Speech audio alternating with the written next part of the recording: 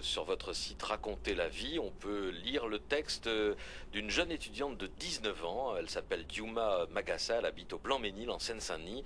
Et Diouma évoque son expérience malheureuse en Hippocagne et les difficultés d'une jeune fille de banlieue pour intégrer une filière prestigieuse dans un grand lycée parisien. On l'écoute au micro de Yann Gallic. Quand j'étais en terminale, encore au lycée, pour moi, l'Hippocagne, c'était le rêve absolu, c'était ce qu'il fallait que je fasse à tout prix.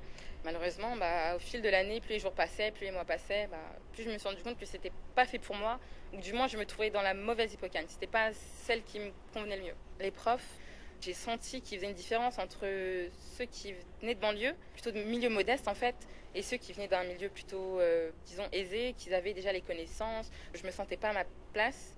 L'équipe enseignante, je sentais bien qu'il me disait, qu'il me faisait comprendre avec des petites remarques en fait lancées par-ci par-là que c'était pas fait pour moi. Et par rapport à vos camarades d'Hippocagne, quelles étaient les relations avec les autres?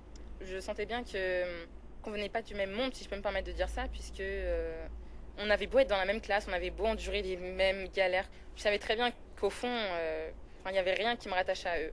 Diouma Magassa au micro de Yann Gallic et son texte à lire